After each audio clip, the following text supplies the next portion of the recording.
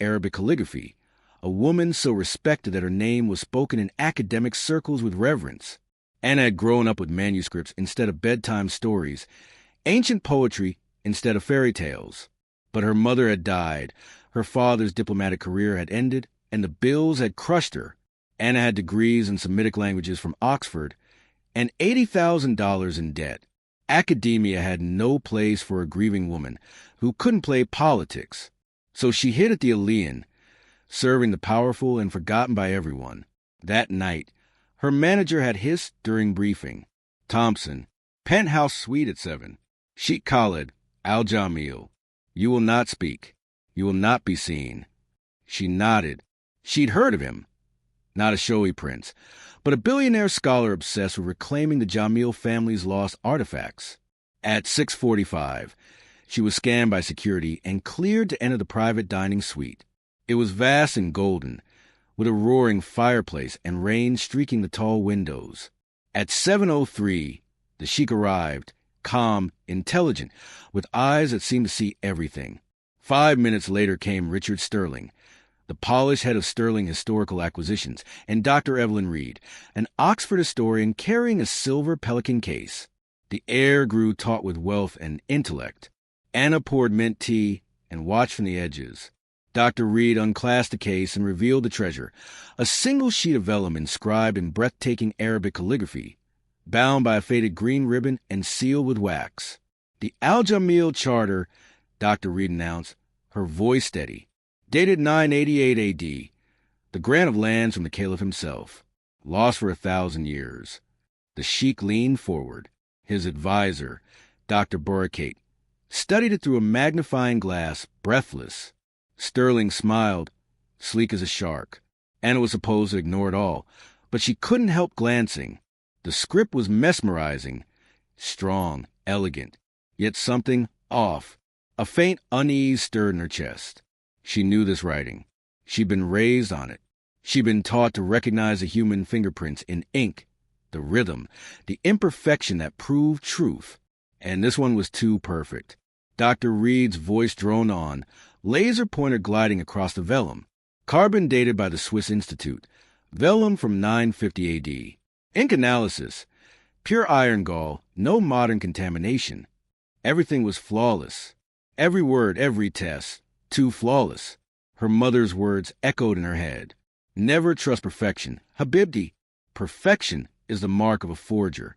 Truth is messy. Anna tried to dismiss it, but as she refilled glasses, she caught sight of one word in the text, kawa. Coffee. Her pulse stopped. Coffee wasn't known in the Arab world until 500 years after this document was supposedly written. It was a word out of time, an impossible mistake. She froze, water trembling in her hand. The whole deal, the lawyers, the carbon dating, the centuries of history, hinged on a single sheet of vellum. And it was a forgery. She looked around. None of them saw it. Not the experts, not the advisors, not even the Sheikh. Only her. Sterling slid the contract across the table. If you'll sign here, Your Excellency. The Sheikh uncapped his pen. Anna's breath caught. If he signed, he'd lose $200 million and his family's name. Don't speak, her manager had warned. Invisible, her survival whispered. Truth, her mother's voice urged. The pen touched paper. No, she whispered. No one heard. The pen pressed harder. Anna slammed the water jug down. Clink, the sound shattered the room's silence. All eyes turned toward the invisible girl. Sterling's face twisted. What is the meaning of this? Get her out. Her manager burst in mortified, already apologizing. But the Sheikh raised a hand. You said no, he said softly. Why? Anna's throat was dry. Don't sign, she whispered again. Sterling exploded, shouting for security. The Sheikh didn't move. His gaze was calm, curious. You have 10 seconds to explain, he said evenly. Why should I not sign? Anna's fear turned into fury. She drew herself up and, for the first time, spoke in flawless Arabic, because it is a lie. The room froze. Dr. Burkett dropped his magnifier. The Sheikh's eyes widened. Sterling and Reed exchanged confused glances. They didn't understand the language. "You speak Arabic?" the Sheikh asked. "Fluently," Anna replied. "Then tell me what is wrong." She pointed at the document. "This is a fake." Sterling roared. "Lies! Arrest her." Dr. Reed stood stiff, her voice cold. "She's delusional. Call the police." Anna ignored them. "Ask your advisor," she told the Sheikh in Arabic. The seventh line from the bottom, the word kawa. Dr. Burkate bent over the text, read silently, then again, slower. His color drained. "Coffee," he whispered. "It refers to the coffee rights of the oasis, but coffee was unknown in the 10th century. The Sheikh's eyes hardened. Sterling's smile faltered. "Mr. Sterling," said the Sheikh, his tone glacial, "you have a great deal to explain." Sterling sputtered. Reed paled. The Sheikh gestured to Anna. Miss Thompson approached the table. She obeyed, gloves trembling as she lifted the document. "Dr. Reed," Anna said, "your carbon dating tested the vellum, not the ink. Your ink is too pure. Ancient iron gall ink always contained trace minerals from the local water. Yours is chemically perfect, an impossibility." Reed's lips tightened. "And your script," Anna continued, "is copied. It's identical to the examples in the Kufic hand. Form and function, written by Dr. Alia Al-Shami. My mother."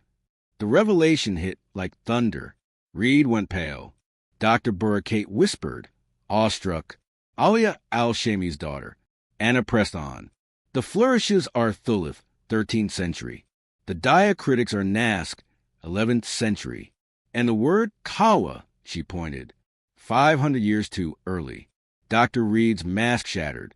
Sterling lunged the case, but Sheikh Khaled's bodyguard tackled him before he reached the door. Police were called. The $200 million fraud collapsed in minutes. When silence returned, the Sheikh looked at Anna. "Who in God's name are you?" Her answer changed everything. Anna stood still as security dragged Sterling and Dr. Reed from the room. The shattered fragments of the deal lay scattered across the table. A pen, a half-empty teacup, and a document that had almost rewritten history. For a moment, no one spoke. The fire crackled softly. Rain whispered against the glass. Then the Sheikh broke the silence. "Sit," he said quietly. Anna hesitated, unsure if it was an invitation or an order. She obeyed. The guard stood at the door, silent sentinels. Sheikh Khaled studied her. "Your mother was Dr. Ali Al-Shami?" Anna nodded. "Yes, sir. The same Dr. Al-Shami who uncovered the original charter of Al-Masri in Damascus?" "Yes." "She was my mother." "Then you are not a waitress," he said. Anna's lips twisted. "I am, Your Excellency, because brilliance doesn't pay rent." For the first time, his stern expression softened. He leaned back, thoughtful. "And how did you end up here, serving coffee to thieves?" She looked down at her trembling hands. "After my mother died, I tried to continue her work, but the university funding was pulled. My visa expired. My father was gone. The only job I could get was here." There was no pity in the Sheikh's gaze, only respect. "You knew instantly it was false," he murmured. "You saved me from ruin." Anna shook her head. "I only told the truth." He smiled faintly. "Truth in this world is rarer than gold." An hour later, the room was filled with investigators, curators, and Interpol officers. Sterling and Reed were in custody. The forged charter had been seized.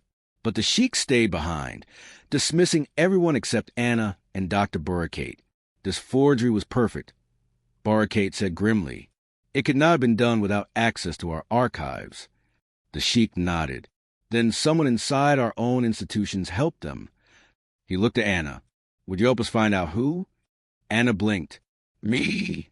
"You see details others miss," he said. "I need that." She hesitated. "I'm a waitress, not an investigator." "You are a scholar," he corrected gently, "and you are free to say no. But know this, whoever forged that charter has done it before. They will do it again." Something stirred inside her. For years, she had buried her mind behind trays and menus. To be seen, to matter, it felt like waking up. She nodded slowly. Then I'll help. They moved quickly.